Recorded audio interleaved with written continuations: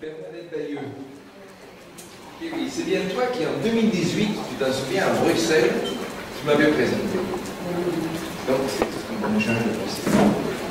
Et tu m'avais relaté quelque chose que j'avais oublié dans ma mémoire, c'était, tu dixis tes paroles, un de tes plus grands fous rires de ta vie.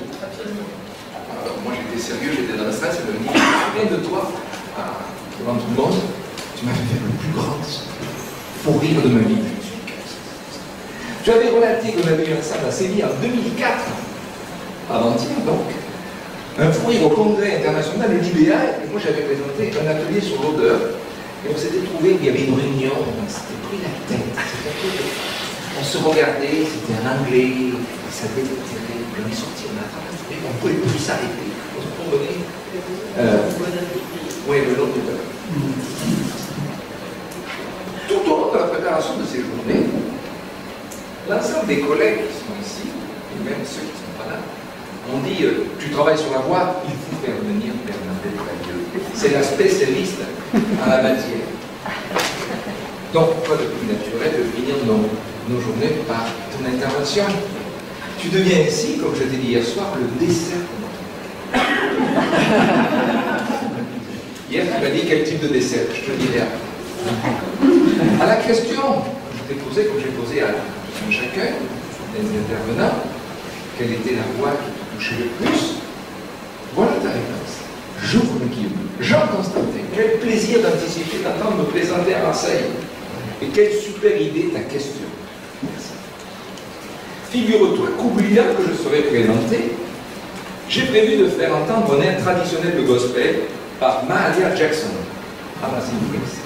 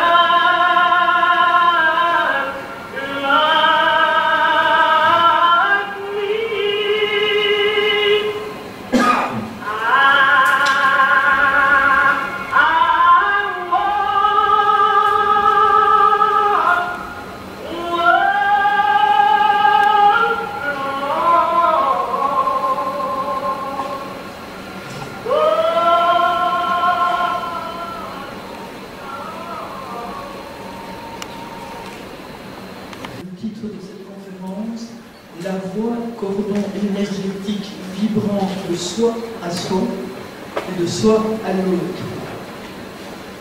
Merci Jean-Constantin de m'avoir présenté si joliment. Un plaisir. Je me rappelle de cette extraordinaire course qu'on a eue avec Claude Maskens, pour qui la connaît. On a eu un fou rire incroyable. À Séville, on avait évité d'aller à une réunion institutionnelle de l'Institut international pendant qu'on venait. Et on arrive, mais à n'en plus finir, on n'arrivait pas à se ravoir. C'est bien une question de voix aussi, de vibration, d'énergie, de soi à soi et de soi à l'autre, parce qu'on était à plusieurs et que ça nous renforçait évidemment dans le jeu de communication qu'on avait entre nous. Alors d'abord, merci aussi à tous ceux qui ont pensé à proposer ce thème de la voix. Moi, j'étais assez surprise quand j'ai reçu votre invitation, en me disant, tiens, c'est encore d'actualité, la voix. Maintenant, mais oui, et Claudine notamment m'a dit, évidemment, le Covid, etc., télésecours régulièrement appelés, les gens sont dans des difficultés incroyables. C'est un parle de voix pour l'instant qui s'exprime par Zoom, WhatsApp, télésecours, etc.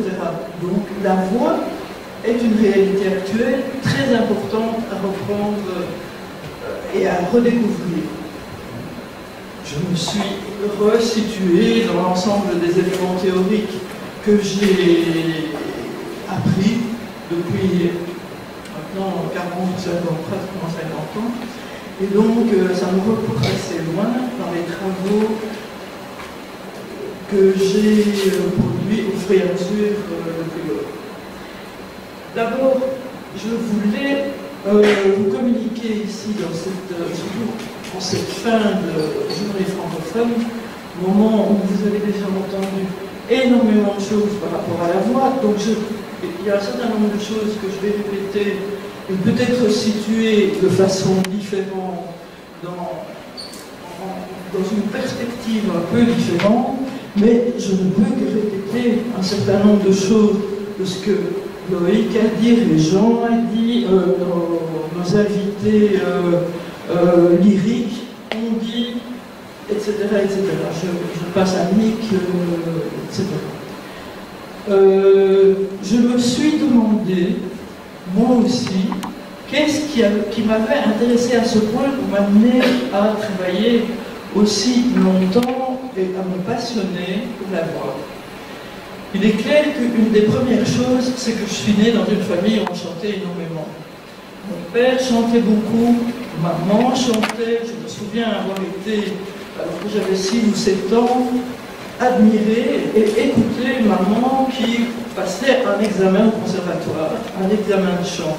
Donc j'étais très fière d'être là avec papa, surtout qu'elle avait mis une robe superbe à cette occasion, c'était vraiment très très chouette.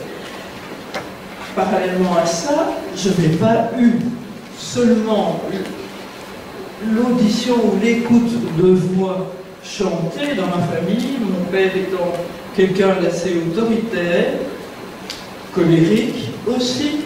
Il y a eu des moments où, au contraire, sa voix a été quelque chose d'assez délétère, je dirais, qui m'a impressionné, m'a fait très peur et m'a traumatisé, je pense. Donc, il y a eu un moment de basculement où j'ai réintégré la partie agréable, joyeuse, festive de la voix. Et ça, c'est après un temps de travail en analyse bioénergétique déjà assez long. Donc j'ai fait une dizaine d'années de thérapie chez un thérapeute qui, comme par hasard, ressemblait énormément à mon père, à la fois charismatique, assez imposant, joyeux à certains moments et pouvant bien vivre, mais qui en même temps avait une autorité incroyable. Et qui, je pense, à certains moments, activant le travail énergétique premier que l'ON proposait, me faisait entrer dans des colères, me faisait m'enraciner, etc. Jusqu'au moment où moi, je n'en pouvais plus, c'était pas ça. C'était pas ça qu'il me fallait. Heureusement, il a rencontré Bob Lewis, qui a, à un moment donné, amené toute la formation dans laquelle il était à cette époque-là, à se bouger, à découvrir,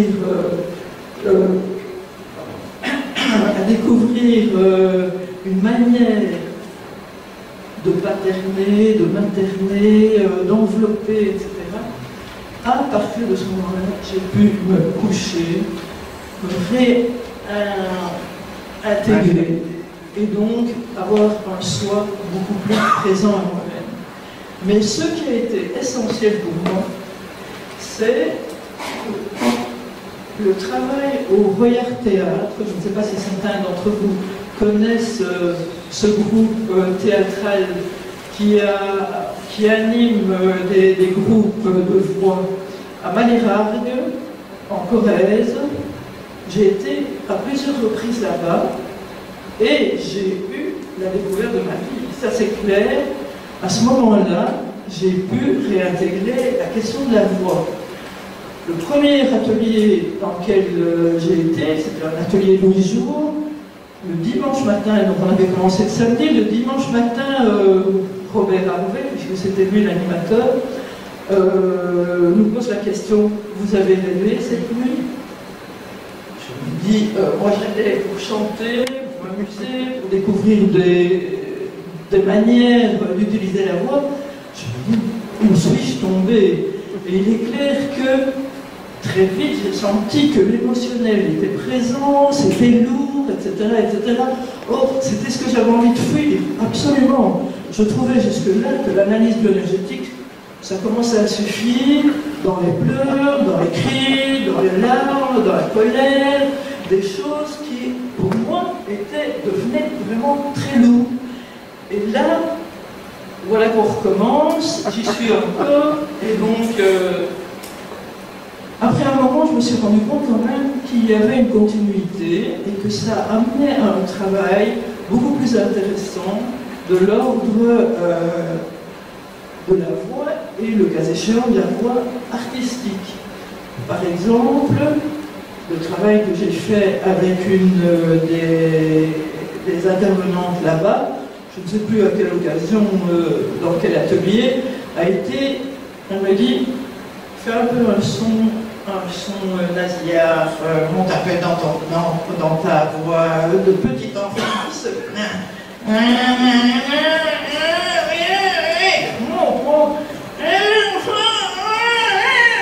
Ouvre maintenant.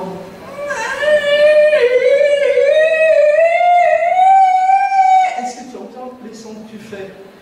Et qui sont des choses qui sont dans ta voix. Tu n'es pas obligé de continuer à te plaindre, tu peux utiliser cette voix de soprano très haute et travailler ça.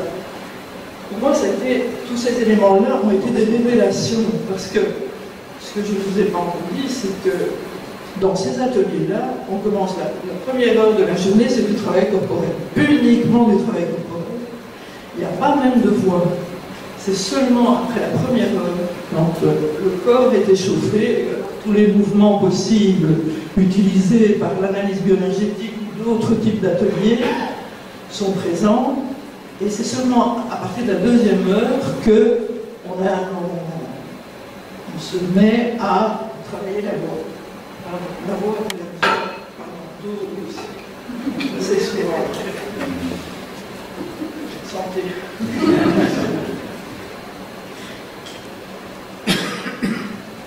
Donc, pour moi, ça a été une révélation.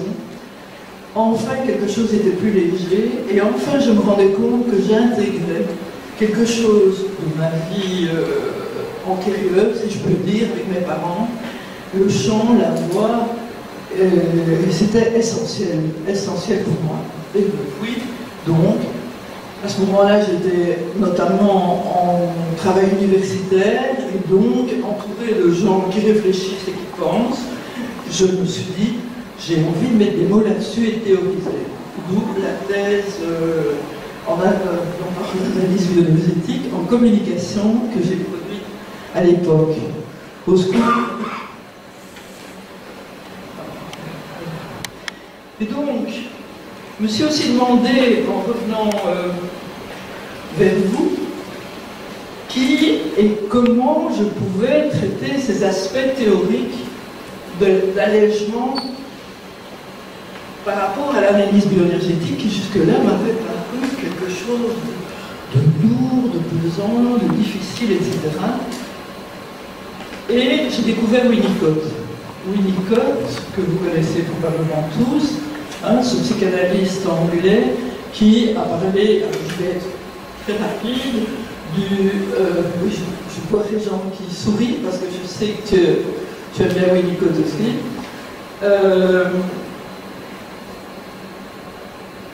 Donc, je ne vais évidemment pas vous exposer toute la théorie de Winnicott, mais venir à certains éléments qui me paraissent clés. Oui, vous voyez là la boucle audiophonique, je ne vais pas en reparler puisque nous en avons parlé il y a un quart d'heure, une demi-heure, ce n'est pas la peine. J'ai mes encours, oui, voilà.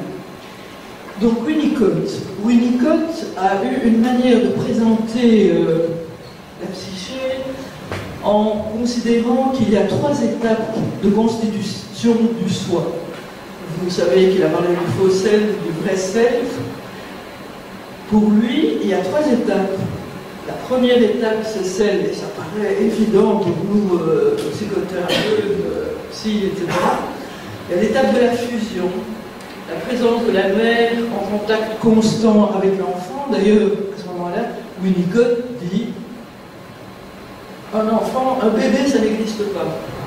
Parce que l'unité bébé-mère est telle qu'on a beau voir d'extérieur le fait qu'ils sont deux, à l'intérieur, ils ne sont qu'un.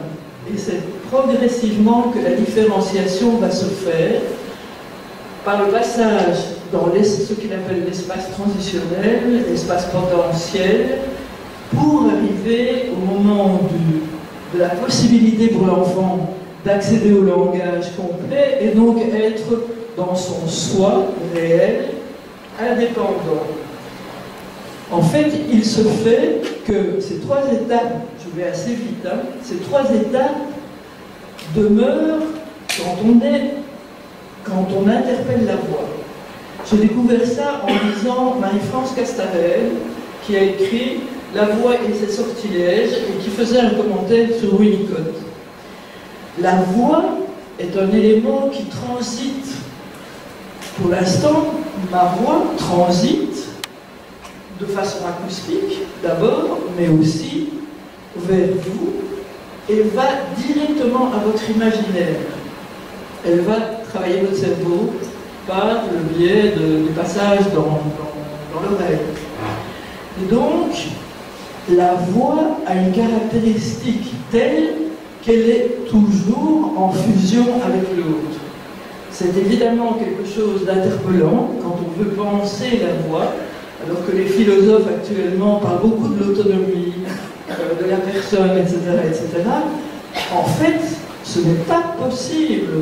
Notre langage qui est double, j'ai une dia qui montre, il y a la mélodie vocale et puis il y a la langue qui s'interpénètre, donc on a, si vous voulez, il n'y a pas, le dedans, c'est la mélodie vocale qu'on peut transférer jusqu'au transitionnel, et puis les mots, c'est évidemment au niveau de l'indépendance et du dehors que ça existe. Je disais ça, je ne sais plus pourquoi je disais ça. La fusion. Pardon? C'est la fusion, tu disais, ah, et oui, l'autonomie. Donc, on est nécessairement en fusion avec l'autre.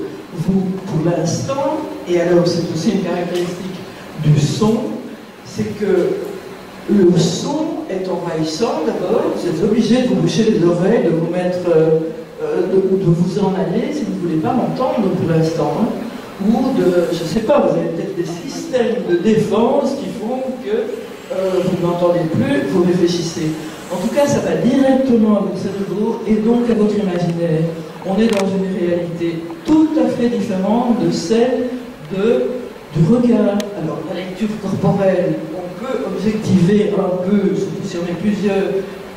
Je vois telle affaire dans ton corps, ça monte, ça descend, l'énergie, je la vois, c'est plus rouge là et moins rouge là, tu te tiens de telle façon ou telle autre. Pour le son, on n'a pas ces éléments-là. On est directement dans le contact fusionnel avec l'autre. C'est quand même impressionnant de se dire ça. Hein? Alors, je vais compléter l'information à propos du Winnicott par l'information Peirce. Alors, Peirce est un sémiologue que j'ai étudié aussi pour ma thèse de doctorat et qui lui offre 3 types de signes. C'est très résumé, hein, il est vraiment très compliqué et il offre 3 types de signes qui sont tout à fait correspondants à ce qu'on vient de voir pour Winnicott. Lui aussi, c'est une trichotomie, donc on est toujours dans le bloc du 3 qui permet évidemment l'émergence du nouveau. Quand on est dans la dualité, on est dans l'exclusion. Ici, on est dans des éléments de création et de créativité possible. Pour lui, il y a 3 signes. Si vous voyez dans la neige une trace de pied, vous êtes dans l'indice. Si vous allez volontairement, par jeu, mettre votre pied dans la neige pour montrer à quelqu'un ce que ça donne, vous serez dans l'icône, vous êtes en train de jouer. Et si dans une pièce de théâtre on vous dit ici avoir l'indication d'un pied dans la neige, vous serez dans le symbole. Donc on est dans le même ordre de réalité que dans ce que Winnicott nous a montré. Le cri. Et je me suis demandé, Jean, comment tu avais vécu les choses avec celui qui t'a mis ton épaule là. Tu as dit, il a fallu que je me mette à crier pour qu'il comprenne. Mais donc tu n'as pas crié dans un premier temps, parce que on peut se mettre à crier parce qu'on est surpris tout d'un coup, on est dans l'indice. Hein? L'icône, c'est répétition, cet indice. On est déjà un peu plus distant de ce qui se passe. Alors, à mon avis, tu étais entre les deux. Tu étais dans le jeu entre l'indice et l'icône parce que tu as voulu lui faire entendre que tu avais le mal. Enfin, et donc, ça peut être un élément d'analyse, mais je trouve que c'est pour vous dire que la théorie, on ne peut pas s'y fier de façon, c'est pas aussi strict que ça. Et puis, on peut dire, si tu reproduis et que tu expliques, que tu as eu mal à cet endroit. Ce que je trouve surtout, c'est que quand j'ai crié, il a compris que j'avais mal. Et là, le lien s'est limité. Oui. Ça m'a paru vraiment très intéressant. Et important, parce que donc, la voix était... Mais c'est aussi parce que tu as fait beaucoup de travail et que tu as perçu le lien avec lui et qu'il était absent de ta réalité. Donc... travaillait de façon mécanique, j'avais l'impression que c'est comme un mécanicien qui essayait d'arranger, qui ne me considérait pas comme une personne. Moi, en parlant, ça a un peu changé. Oui. Mais oui. Et donc, je fais une incise ici par rapport au travail habituel que nous faisons en analyse bioénergétique. Je pense que nous passons de façon très régulière de la fusion à l'indépendance en passant par l'espace transitionnel. Et je vous pousse, moi, je vous suggère d'utiliser beaucoup le jeu pour pouvoir travailler avec vos patients. En général, on a en face de soi une personne qui, à un moment donné, a une expression spontanée, soit que vous entendez dans sa voix, soit que vous voyez un mouvement, etc. Vous le lui signalez. Vous entrez, à mon avis, à ce moment-là, dans l'espace transitionnel ou icône, parce que vous lui demandez de répéter. Tu sens, tu vois où tu vas, tu as perçu que tu avais dans la voix une vibration qui donne l'impression que tu es triste. Oui, non, etc. Mais répète-le. On est dans l'espace transitionnel et dans le jeu à deux, jusqu'au moment où, alors ça peut prendre plusieurs séances, jusqu'au moment où la personne donne sens et donc passe au troisième, au repère dehors, donner sens, au niveau du symbole, de l'expression qui prend sens. J'appelle bifurcation vraiment le fait de passer de cet indice que vous entendez tout d'un coup dans la voix au symbole qui devient, ah oui, effectivement, ma voix est en train de... Je vous raconte là un contact que j'ai eu la semaine dernière avec une de mes patientes, dont la voix semblait comme ça, avec effectivement. Mais quand je parle avec mon père, j'ai tellement peur qu'il se met à discuter, à vouloir me convaincre, etc., que pour éviter d'entrer en conflit avec lui parce que je ne suis pas d'accord ou que j'ai envie de l'envoyer promener, eh bien, je ne parle plus. Comme ça, il ne me répondra plus non plus et il n'y a pas de souci. Mais sa voix disparaissait et effectivement, elle n'a pas une voix très marquée pour l'instant. Mais donc, il fallait qu'elle en prenne conscience. Et le jeu que je peux avoir avec elle dans le rapport de nos voix va lui permettre, je pense, d'accroître sa conscience de sa voix. Et donc, ce qu'on disait tout à l'heure dans la boucle audiophonique, il faut s'être entendu, capable de faire certains sons pour pouvoir vraiment les produire quand on est en face de quelqu'un et qu'on a envie de lui affirmer un certain nombre de choses. Donc je sais pas comment ça va évoluer avec elle, mais comme elle aime aussi chanter et travailler, ça va être chouette. Et donc, utilisant ces repères de Winnicott et de Peirce, je trouve que pour l'analyse bioénergétique, de façon beaucoup plus globale, on a là un point de vue théorique possible, on tire le fil à partir du moment où on a perçu l'émotion chez quelqu'un, qui n'a pas cette sensation, enfin ça se manifeste de façon inconsciente tout d'un coup, et c'est nous qui prêtons notre appareil psychique, qui disons, j'ai entendu telle affaire, je vois telle affaire chez toi, tu en as conscience, est-ce que tu peux répéter? Maintenant ça va? Tu vois? Bon, on peut en jouer, on peut essayer d'autres choses autour de le sens que ça a pour toi.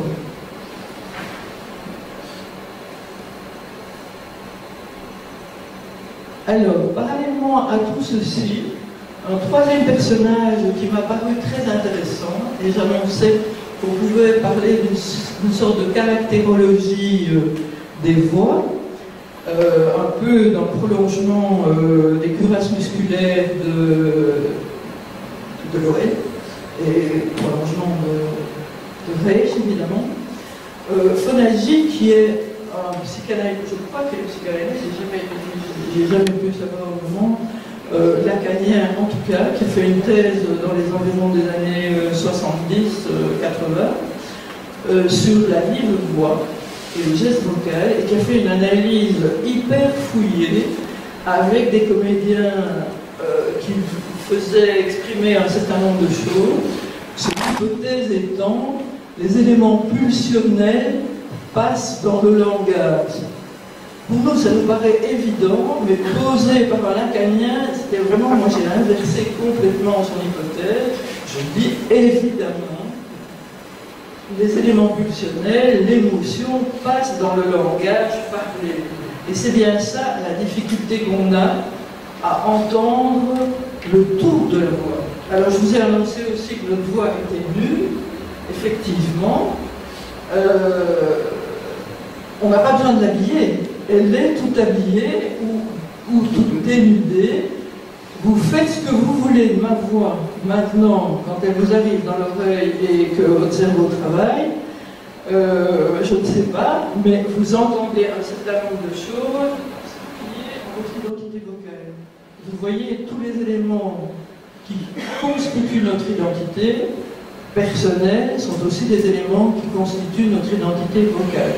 Il y a évidemment les caractéristiques génotypiques, ce avec quoi nous naissons, origine, genre, l'âge que nous avons, mais en même temps,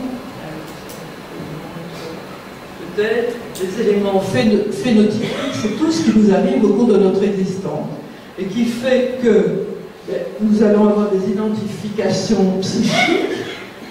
Le bain sonore familial est important, les personnes de référence à qui nous allons nous identifier ou pas, les entraînements psychomoteurs, les conflits intrapsychiques, tout ça, évidemment, on va travailler notre voix. Il y a aussi évidemment l'appartenance socioculturelle. L'appartenance socioculturelle, j'ai un accent, je parle le français, j'ai une manière prosodique de m'exprimer, j'ai certains types d'intonation, j'utilise peut-être certains mots plus que d'autres. Tout ça est très important pour manifester qui je suis dans mon identité vocale. Et donc, si vous le vouliez, vous pourriez entendre tout ça. Il y a un certain nombre de choses que vous entendez. Je reviens à Fonagy. Voilà. Qui nous dit Chaque personne a un style vocal, et ce style vocal, on a toute chance de l'entendre, un peu comme Loïc a fait hier, il nous a fait entendre sa voix avant de se montrer. C'est ce qui nous arrive souvent quand quelqu'un nous téléphone. Et quand un nouveau patient nous téléphone, bon, il y a quelque chose de sa voix qui nous parle et qui nous frappe. C'est important de le noter. Je pense que c'est important de le noter parce que très vite, on va se faire à une voix. On reconnaît les gens à leur voix. On les entend et on sait qu'ils sont là. Et ce qui vient alors, ce qu'on entend, ce sont les éléments pulsionnels, comme on peut dire, ou émotionnels. Hein? Le geste vocal écart. Donc vous avez un style vocal, un style vocal, un style verbal, une manière de parler, d'utiliser certains mots plutôt que de voiser d'une certaine façon et d'avoir des jeux habituels. Et donc, c'est la constance de ces caractéristiques pulsionnelles ou émotionnelles qui est cristallisée, et qui est cristallisée pour phonagie, je trouve ça intéressant, au niveau de la glotte. C'est donc la continuité de l'ensemble de notre corps. Ça s'est formé, je ne sais plus qui en parlait tout à l'heure, oui, je pense que c'est Annick tout à l'heure qui parlait du fait qu'on avait une voix à certains moments qui pouvait être serrée là. Si ça s'inscrit comme ça dès la petite enfance, il va falloir faire beaucoup de travail pour pouvoir relâcher ça, exactement comme nous faisons du travail corporel pour faire en sorte que les personnes dénouent la musculature qui est un peu bloquée, rigidifiée, etc., dans laquelle il faut donner du tonus. Et donc, il y a, à partir de là, une possibilité éventuelle de parler de structures caractérielles vocales ou verbales. Je n'ai pas fait ce travail, je dois vous dire, mais voilà une piste de travail possible. Et ce que nous entendons, donc la plupart du temps, c'est plutôt le geste vocal écart. Ce sont des termes de théorie, etc., mais c'est la variation perceptible dans le geste vocal. Si tout d'un coup ma voix se met à grésiller ou que j'ai la bouche sèche, il y a peut-être une émotion qui est là, qui vous pouvez vous demander de poser des questions, et moi aussi d'ailleurs. Ce qui attire l'oreille, une fois qu'on est un peu familier d'une voix, c'est plutôt le geste émotionnel. Mais donc, nous avons à nous réapproprier, je pense, le tout de cette voix. De temps en temps, fermer les yeux pour entendre un patient et percevoir le rythme dans lequel il parle, sa prosodie, sa manière de s'exprimer, est-ce que c'est intense comme voix ou pas, des éléments qui font qu'on le reconnaît. Mais comprendre l'ensemble de ces éléments, ça vaut vraiment la peine de s'attarder à ça. Et je pense que c'est dans la continuité de notre boulot d'analyse bioénergéticienne. Alors, à l'occasion de ma thèse, alors ici c'est juste une copie, ne cherchez pas à lire, enfin peut-être que c'est lisible, n'en sais rien. J'ai mis dans ma thèse, pour pouvoir analyser le groupe, notamment de thérapeutes, mais aussi d'apprentis comédiens que j'observais, des locutions caractérisant une vocalisation. C'est-à-dire, vous pouvez avoir une voix dissertative, peut-être que la mienne est un peu de ce type-là pour l'instant, doctorale, hein, une voix insistante, une voix impérative. Je n'ai pas reproduit l'ensemble de la grille que j'ai établie, mais vous-même, je suis sûre que vous avez toute une série de locutions qui vous permettent de caractériser la voix de quelqu'un. Une voix cristalline, une voix douce, une voix accrocheuse, une voix séductrice, une voix effrayante, une voix d'effroi, etc., etc. Donc, tout ça se passe là, et comme nous dit Fonagy, notre glotte est une miniaturisation de notre structure musculaire, parce que tout va se passer là, dans la voix. Et donc, ouvrir ici la glotte, bien sûr avec l'ensemble des éléments que nous connaissons, de charge énergétique nécessaire, etc., et de relâchement respiratoire et tout ça, ça nous permet de libérer la glotte et éventuellement, à partir du geste d'écart, donc du moment émotionnel qui se vient, d'amener la personne à un changement, ou au moins une reconnaissance et une connaissance de sa propre voix.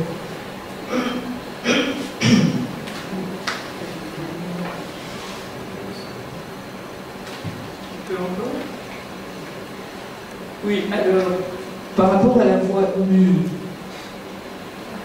je pense que nous souffrons presque tous du syndrome d'Ulysse, effectivement. Ce que j'appelle le syndrome d'Ulysse, c'est une création personnelle. Je ne sais pas si vous vous souvenez, Ulysse a eu une odyssée assez longue avant de revenir à Ithaque.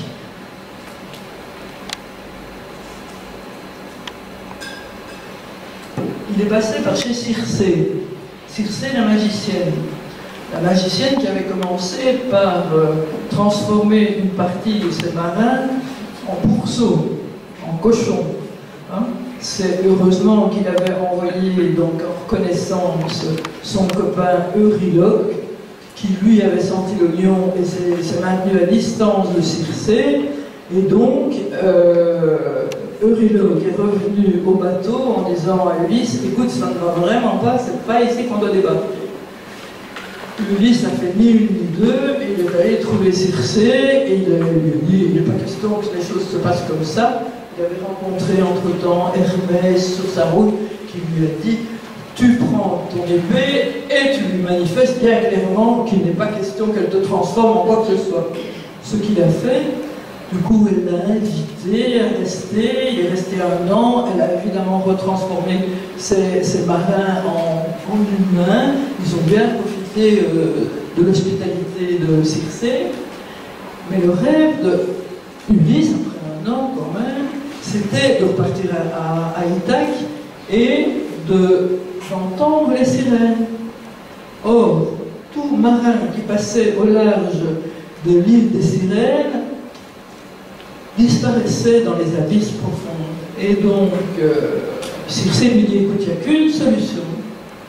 Tu fais mettre des bouchons dans les oreilles de tes marins, si vraiment tu veux toi les entendre, et tu te fais attacher au mât du bateau.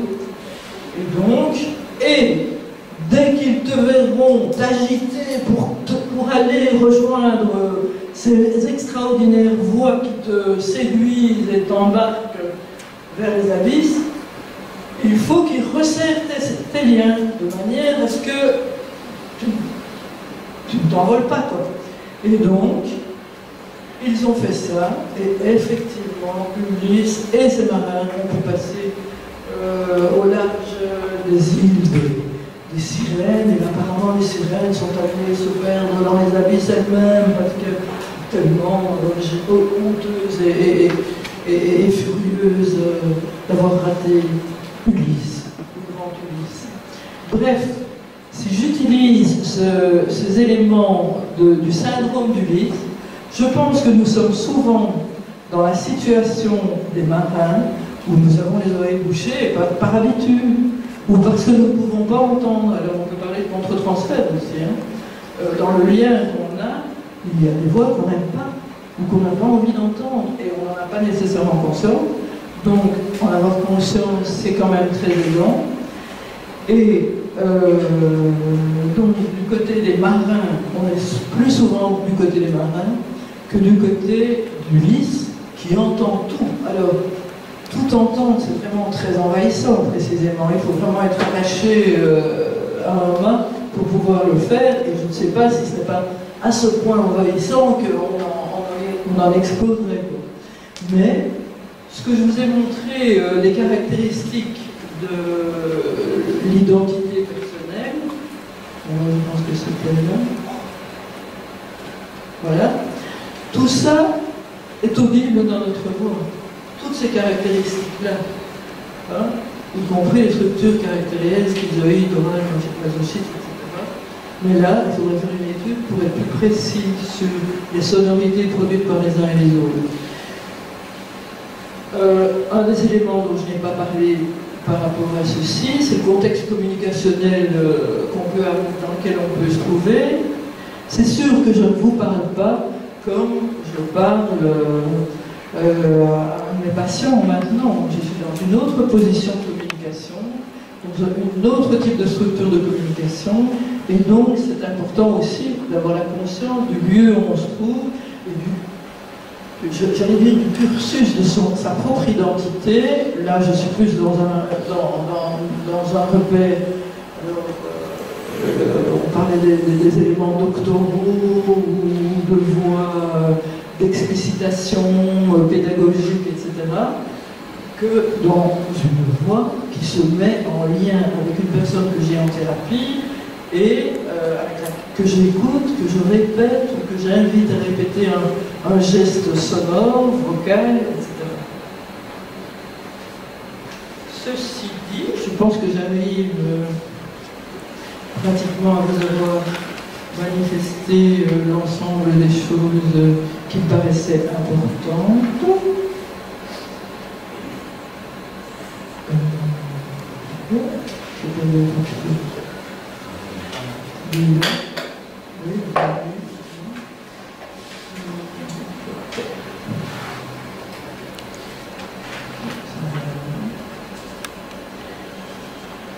Donc voilà, à partir de ceci, je vais quand même passer sur les différentes, syndromes du vice, sur notre voix, toutes les caractéristiques de notre identité s'y trouvent inscrites. Notre voix nous met à nu, comme Ulysse attaché au mât de son bateau, pouvait capter la voix sublime, totale des signes. Pourtant, nous n'entendons de notre voix et de celle d'autrui que ce que nous voulons bien y entendre. Nous sommes comme les matelots d'Ulysse, aux oreilles bouchées, occupés parce que notre cerveau nous autorise à savoir. Donc on est tous atteints par ce symbole. Toute partielle sélective interprétative qui est liée notamment au phénomène sonore. Donc, la différence entre le son et la vue est vraiment très très importante. Pour se mettre à penser la voix, je vous l'ai dit tout à l'heure, on est beaucoup plus dans l'indifférenciation que dans la différenciation possible quand on a le regard. Le regard met à distance, il permet de percevoir la matérialité de ce qu'on a en face de soi, tandis que l'oreille, pas du tout. Elle s'adresse directement au cerveau. Et donc, on est dans l'indifférenciation. Raison psychologique inconsciente et consciente du syndrome d'Ulysse, raison socioculturelle. Ici, du premier cri au dernier souffle, effectivement, notre voix est évidemment un indice de vie. Et le geste vocal est à la fois cette mélodie vocale et la langue que nous parlons. Les deux sont entremêlés. Alors, je prends mélodie de façon très large parce que je sais on a fait la distinction entre la mélodie, la produit, l'intensité, l'intonation, etc. Ici, moi, c'est vraiment le chant qui accompagne les mots. Hein, ce que vous entendez, essayez, le cas échéant, de plus entendre les mots, mais d'entendre les éléments de ce qui monte, ce qui descend, ce qui est plus rapide, ce qui est moins. Si vous aimez chanter ou si vous êtes musicien, etc., vous pouvez même, à la limite, porter sur une partition des éléments liés à la voix de quelqu'un.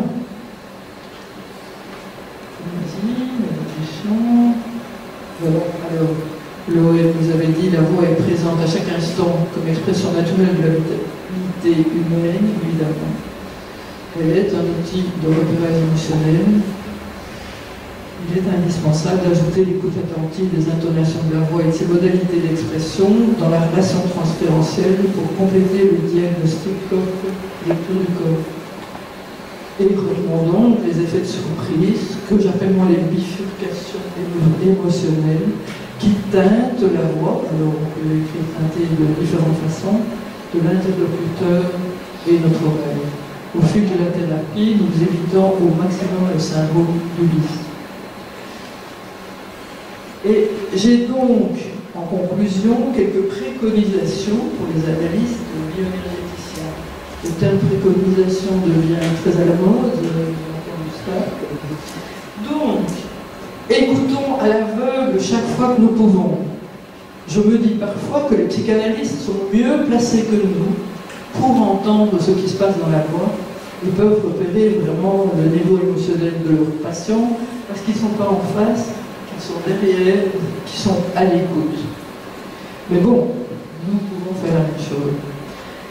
Le geste écart, au moment de bifurcation émotionnelle, saisissons-les dès que nous pouvons.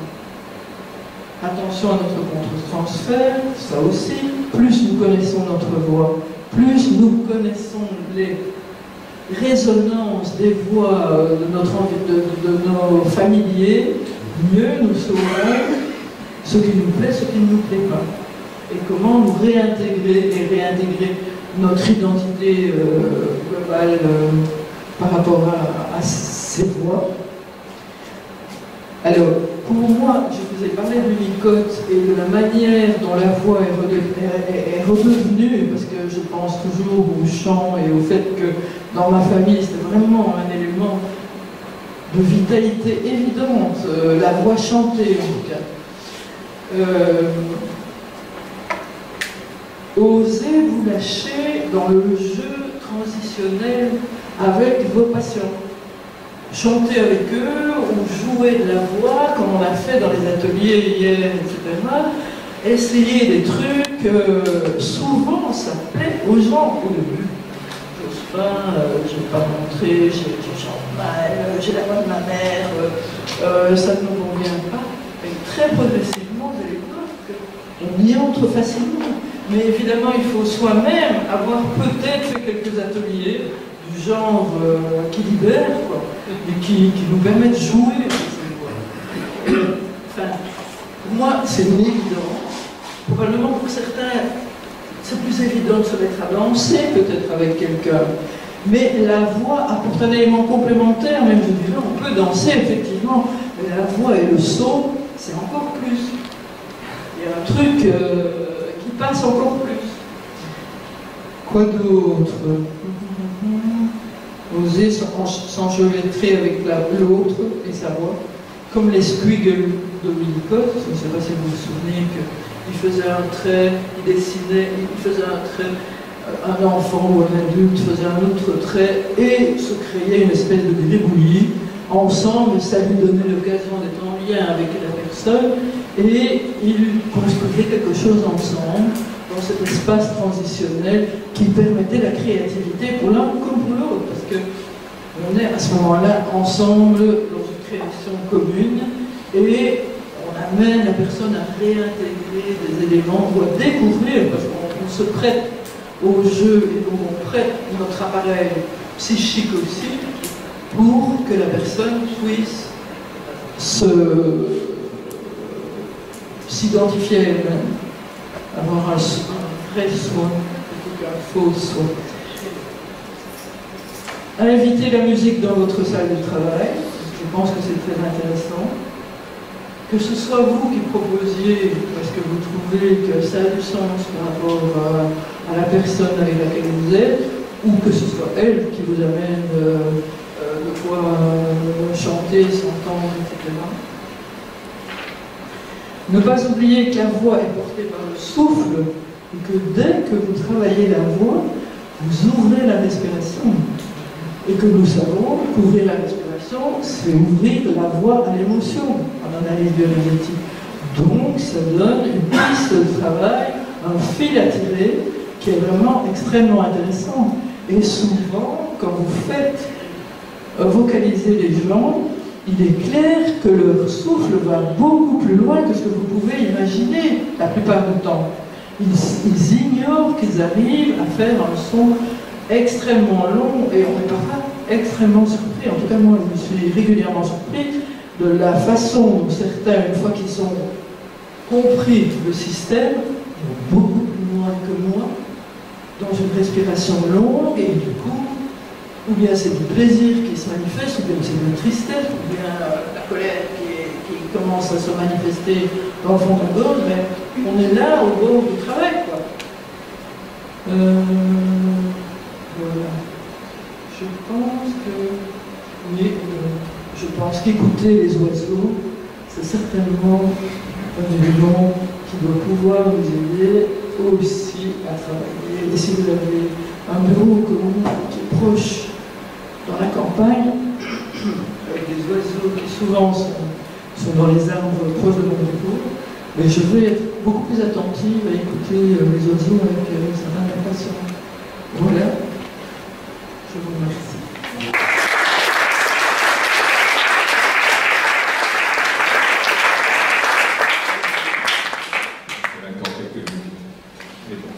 Il y a peut-être des questions? Oui. Je ne sais pas si c'est une question, mais c'est juste un interpelle. Voyage je trouve ça très intéressant.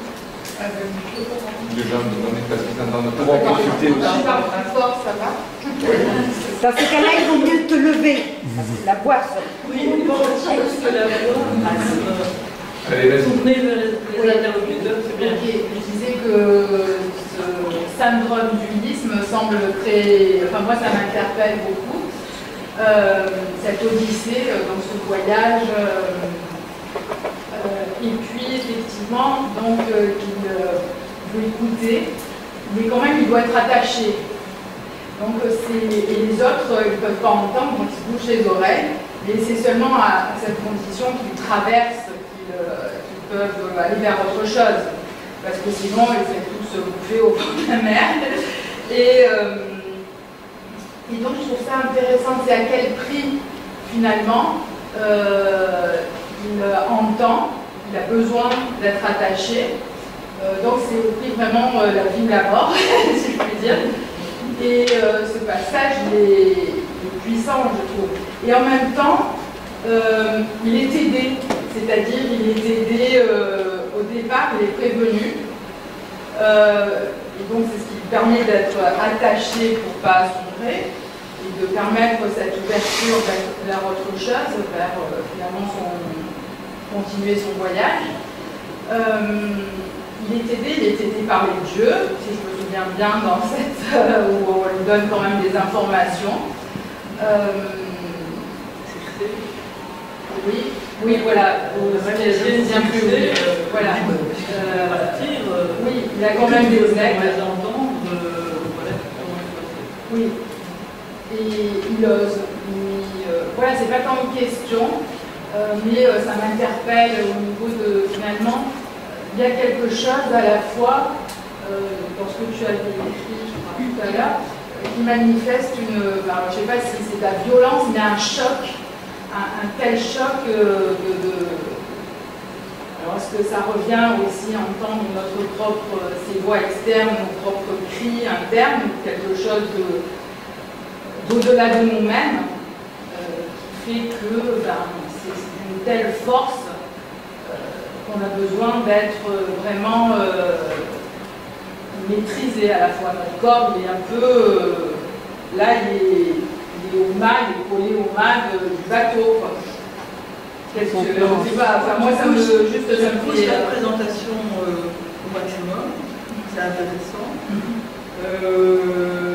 Je pense que ça se fait spontanément. Moi j'ai appris dans mon premier cours de psycho la perception,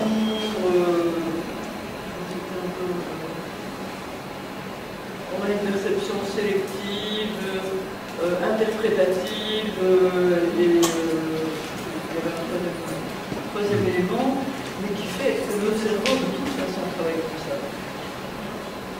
On sélectionne. Et donc, c'est sûr que c'est une image, le syndrome du lys, que j'ai choisi pour essayer d'exprimer cette réalité où à la fois on est tiraillé à vouloir tout entendre, tout voir, parfois, hein, et en même temps, voilà, on a envie de s'occuper, d'entendre un certain nombre de choses. Donc, on peut chacun voir un peu cette idée du symbolique. Voilà. Ok. Louis, tu voulais? Non. Oui. J'aime beaucoup ce qui nous arrive avec le micro ou pas le micro. Je trouve que c'est très symbolique de parler et entendre, et qu'il y a toujours ces deux dimensions. On a un groupe qui essaie de se comprendre, et on est dans la difficulté, donc ça nous montre que s'entendre et se parler, c'est pas évident. C'est un petit défi, pas que technique. Ça, je voulais juste remarquer. Une deuxième chose, les dieux et les humains, ça me rappelle aussi la question nous sommes le meilleur thérapeute de nous-mêmes, mais en même temps, on est quand même content d'avoir un thérapeute. Donc voilà, les dieux, parfois ça peut aider.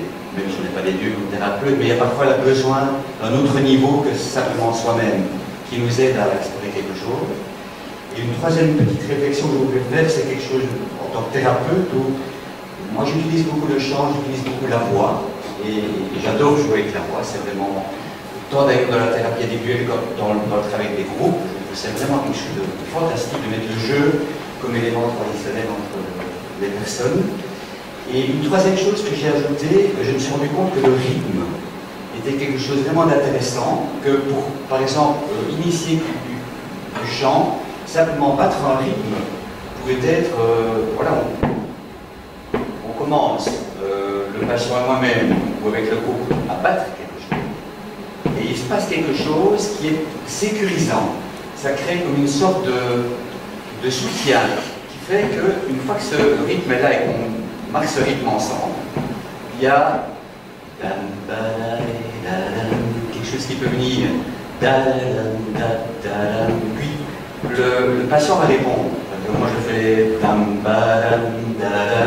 le patient va peut-être faire par exemple, voilà.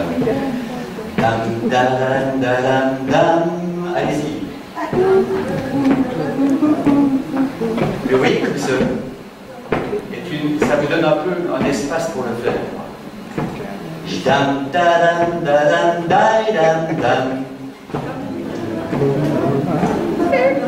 Voilà, il y en a qui font la même chose, d'autres qui font autre chose. Et voilà, et il y a un dialogue qui se fait, et je trouve que. Voilà. Parce que quand on a dit la voix, une question de qui, de non, c'est vrai, c'est aussi. Si tu me proposes un jeu et puis tu es au jeu que tu me proposes, je ne sais plus rien faire, je suis juste là. Je suis en train d'un peu mourir. C'est peut-être utile aussi, hein, mais. Alors que ce petit truc, ça permet au début d'un peu. Voilà. Ça embrasser. Oui. Ok. Bernadette, je voulais te féliciter, premièrement, pour ta conférence. Ça, c'est très, très bien. J'aurais 2-3 commentaires. Le premier commentaire, quand tu parlais qu'on parle au client, qu'on entend le client au téléphone la première fois sans qu'on l'ait déjà rencontré. Je voudrais dire aussi que le client, lui aussi, réagit à la façon dont il parle. Notre intonation de la voix, et ça a déjà un impact sur la première rencontre. Et tout le long du travail en thérapie aussi, ces intonations de voix que nous avons, disons, c'est très, très important. Mon deuxième commentaire, c'est qu'hier, je vous ai parlé d'une personne, de Marie, qui est une femme assez désorganisée de par son histoire. Ce que j'ai pas pu dire, parce que là, à un moment donné, Constantin me dit, moi, c'était 5 minutes, c'est que, suite à. C'est quelque chose d'important. En voulant dire, il y a des fois, le corps exprime quelque chose et la voix ne dit pas la même chose du tout. Et dans son corps, après avoir fait une de ces crises épileptiques psychogènes, elle me dit pourquoi? Parce que moi, quand elle faisait ces crises, j'étais près d'elle, puis j'entendais dans mes bras, puis j'essayais de faire en sorte que ça ne se blesse pas, parce qu'elle frappait partout, elle criait pour essayer de l'aider à respirer. Donc c'était vraiment un corps à corps, prendre soin d'elle. Et elle me dit pourquoi est-ce que tu essaies de me rassurer comme ça? Elle dit je t'entends, pendant que je fais mes crises, elle dit je t'entends. Ben, j'ai dit ton corps m'exprime à la fois la peur, la rage, comment tout ça est là et que tu as de la difficulté à respirer, puis j'essaie de t'aider à reprendre le truc. Elle dit c'est drôle, elle dit dans ma tête, ce qui se passe, tout est calme. Ce qui se passe, tout est calme. il ne se passe rien. Autrement dit, elle, pendant ses crises, c'est comme si elle n'est pas connectée. Autrement dit, la dysrégulation, le clivage faisait en sorte que la voix n'était dans son au niveau mental, elle n'est pas connectée avec ce qui se passait au niveau du corps. Et c'est graduellement que j'ai travaillé avec elle à cet esprit, on va prendre contact avec sa rage, tranquillement on va faire ça. Des fois, le patient me dit à mon affaire, je dis, mon Dieu, ça ne va pas avec ce que je vois dans le corps. Et moi, je trouve qu'il faut, tu le disais un peu comme ça, puis je trouvais ça. Effectivement.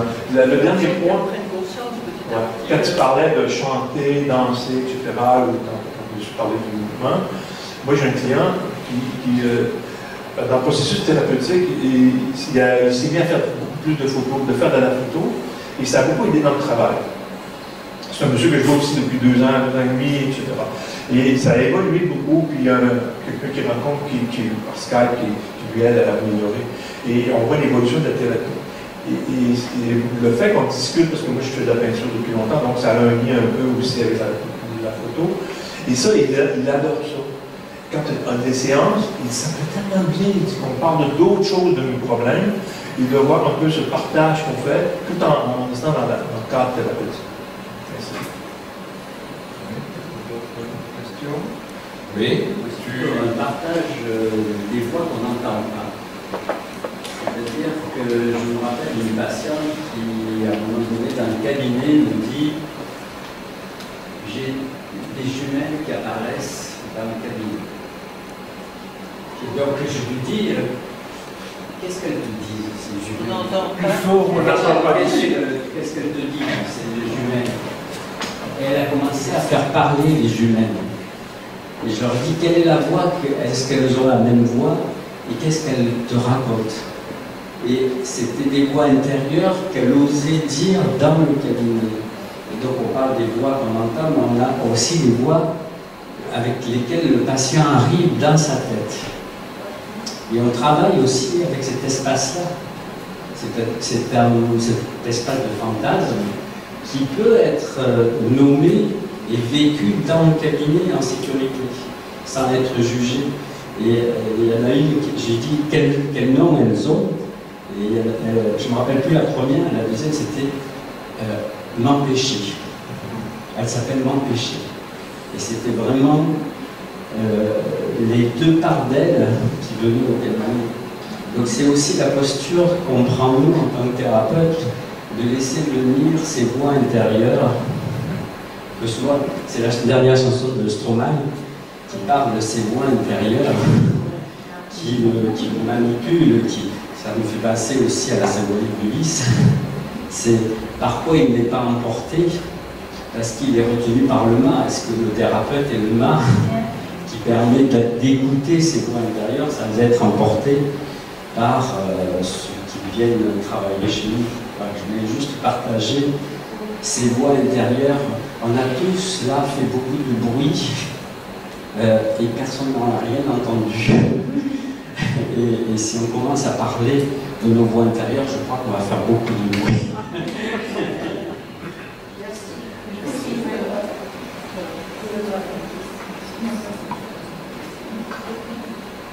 Je vais traduire ça. Oui. Oui. Oui, je trouve, voilà, je rebondis un peu sur ce que tu dis. Et effectivement, alors attends, parce que au fur et à mesure que tu parlais, il y avait des fois qui me venaient, mais là je me perds un peu.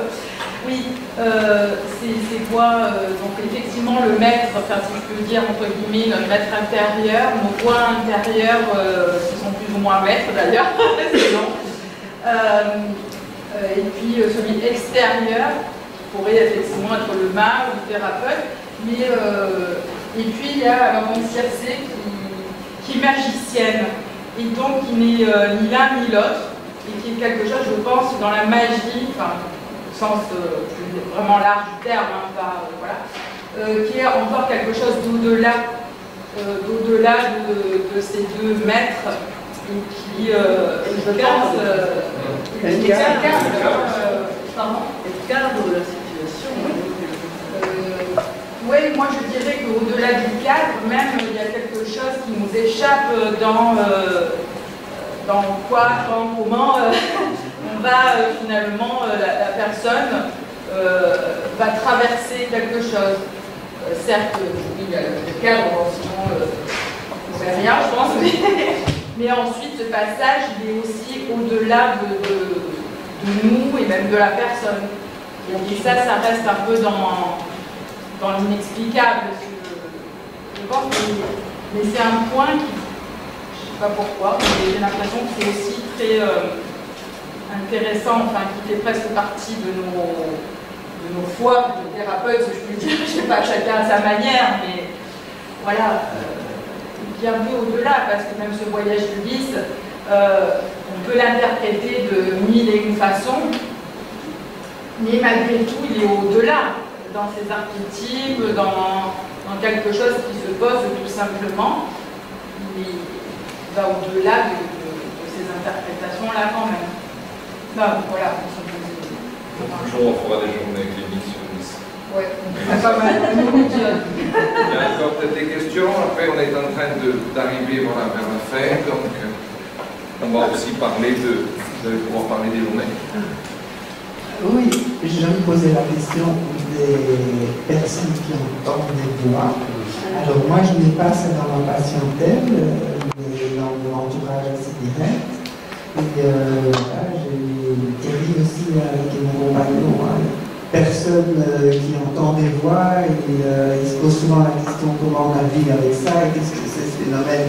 Mais peut-être ça serait des gens francophones. Mais bon, puisqu'on parle des voix, il y a des gens qui entendent des voix, parfois ils sont persuadés que c'est des gens qui leur parlent.